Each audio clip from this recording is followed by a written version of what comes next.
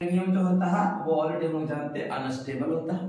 Unstable होने की वजह से ये डिसइंटीग्रेट करेगा और यहाँ से आपका अल्फा बीटा और कौन निकलेगा गामा, है ना। ये सारी हम लोग बहुत अच्छे से जान चुके थे और इन तीनों के बारे में अल्फा हो बीटा हो गामा हो अच्छे ढंग से प्रॉपर्टीज भी पढ़ चुके थे, है ना।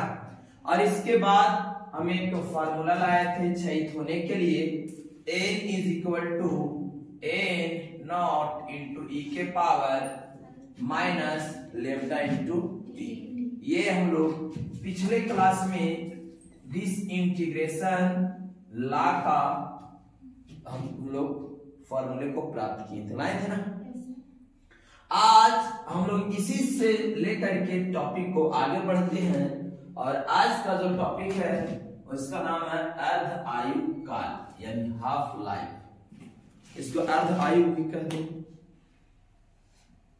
अर्ध आयु, है ना, हाफ लाइफ के बारे में। ये हाफ लाइफ आखिर होता क्या है समझना चाहिएगा।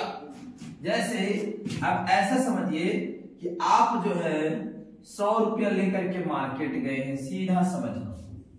कितना? 100 रुपये लेके कहा गए? मार्केट शॉपिंग करें, है ना। ये पैसा को खर्चा होने में यानी आधा होने में जितना देर लग जाए, बताइए कितना अमाउंट है टोटल? 100। आधा होने में कितना हो जाएगा? 50। 50 होने में जितना टाइम लगेगा उसी टाइम को हम लोग बोलेंगे अर्ध आयु यानी हाफ लाइफ, समझे।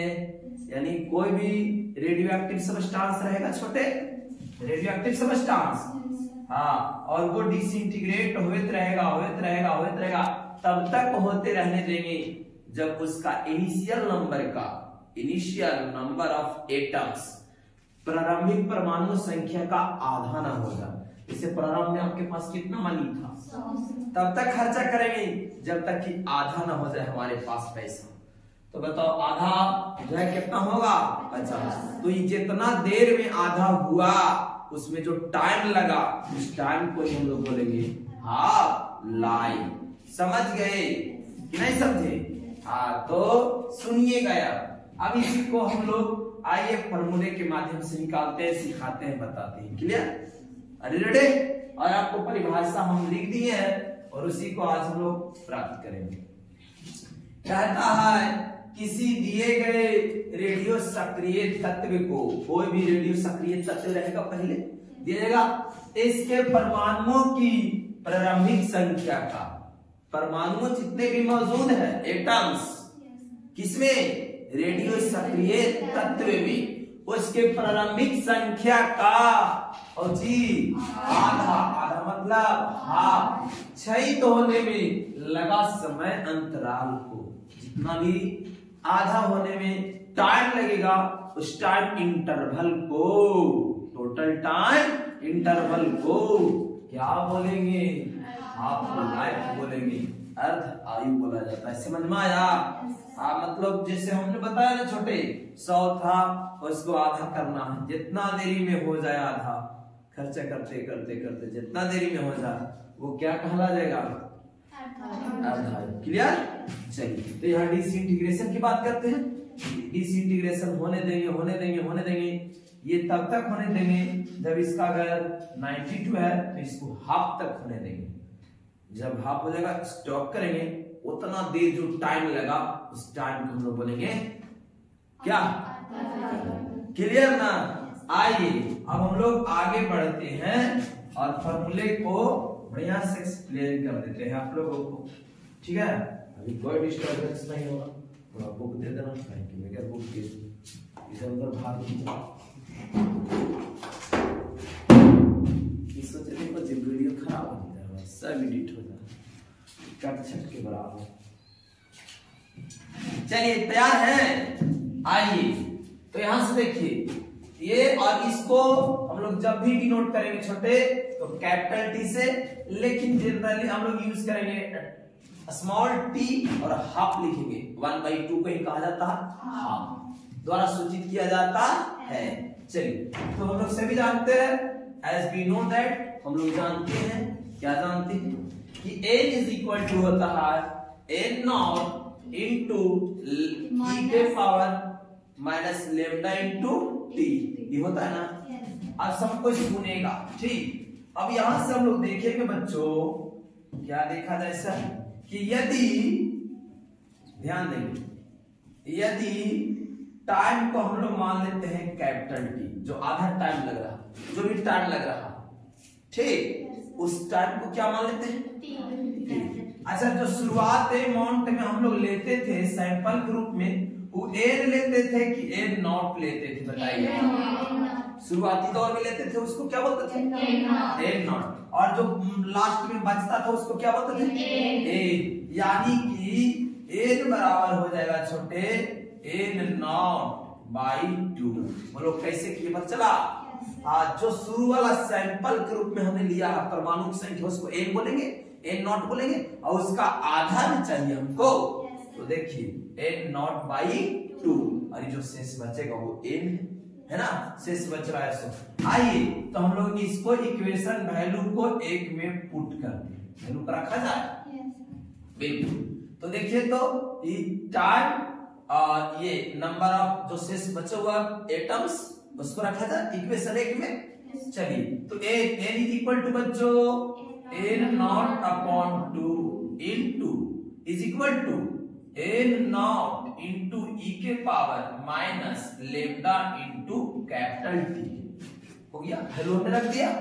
अब देखिए आराम से सॉल्यूशन होगा, कोई दिक्कत नहीं है, बस टाइम से टाइम को डिवाइड कर दीजिए, सॉरी n नॉट से n नॉट को क्या कर दीजिए, डिवाइड कर दीजिए। तो क्या क्या बच रहा है देखिए, एकदम simple, 1/2 is equal to e के power minus lambda into t.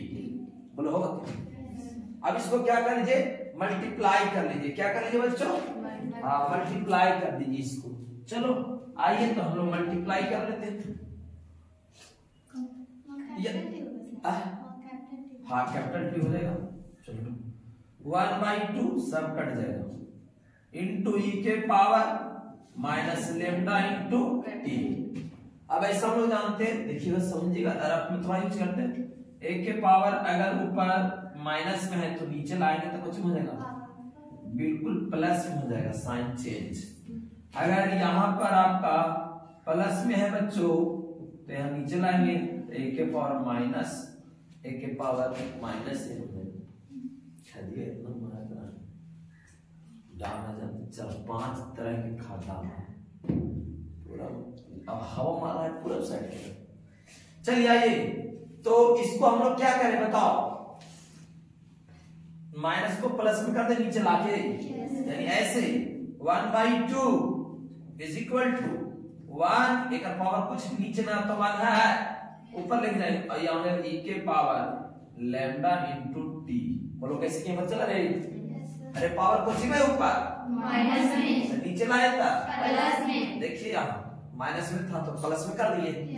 अब क्रॉस मल्टीप्लाई कर लीजिए, 2 1 का 2 यहाँ से और यहाँ से कीजिएगा तो e के पावर लेम्डा इंटू टी। चलिए देख रहे हैं ना, कोई दिक्कत।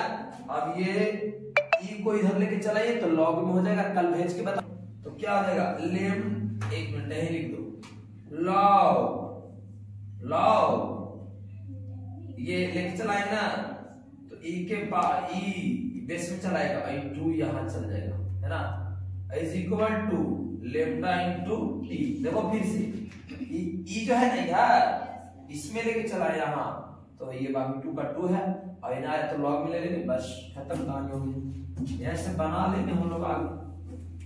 अब इतना का मान होता है 10 के बेस के रूप में लिखना है तो कैसे आएगा सर, तो इसका मान होता है 2.303। आप लोग को इलेक्ट्रोस्टैटिक्स में भी यूज किए थे, log of 2 to the base 10।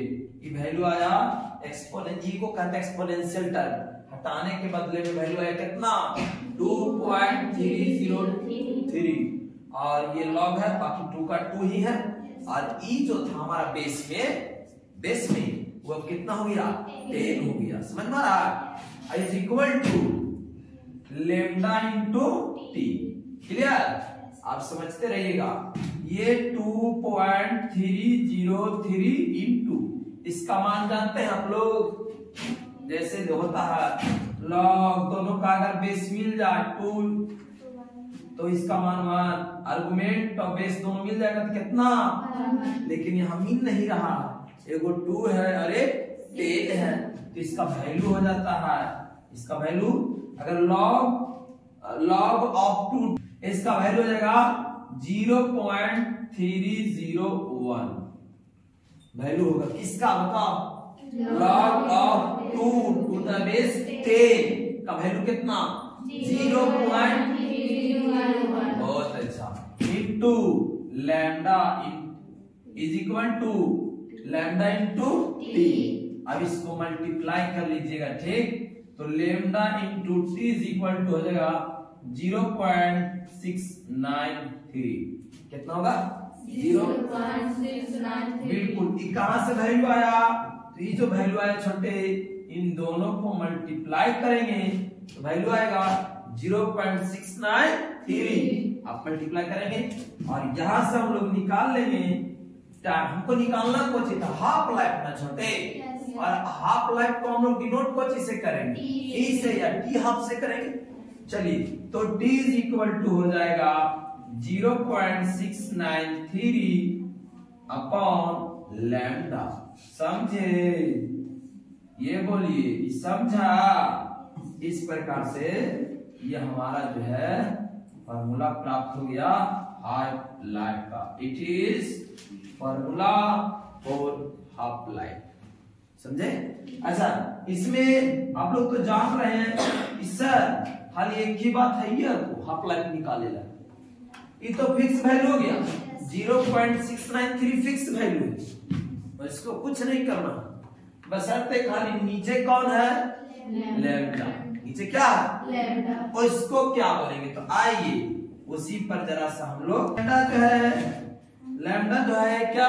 तो यह एक नियतांक है, यह एक नियतांक है जिसे नहीं, किसी कांस्टेंट वैल्यू था ना, अरे प्रोपोर्शनल के बगैर आया था, dn/dt directly proportional to -n था, और वही प्रोपोर्शनल को हटाए थे तो लाए थे लैम्डा। बिल्कुल। जिसे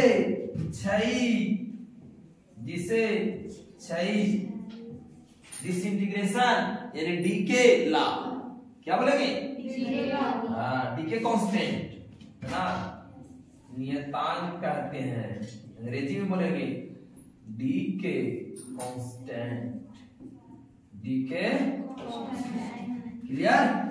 चलिए, तो खाली अगर हाफ लाइफ निकालना रहेगा कोई भी रेडियो एक्टिव सब्सटेंस का, तो खाली डीके कांस्टेंट रहेगा, तो हाफ लाइफ निकाल देंगे, और हाफ लाइफ दे देगा तो डीके कांस्टेंट निकाल देंगे। क्लियर? चलिए, तो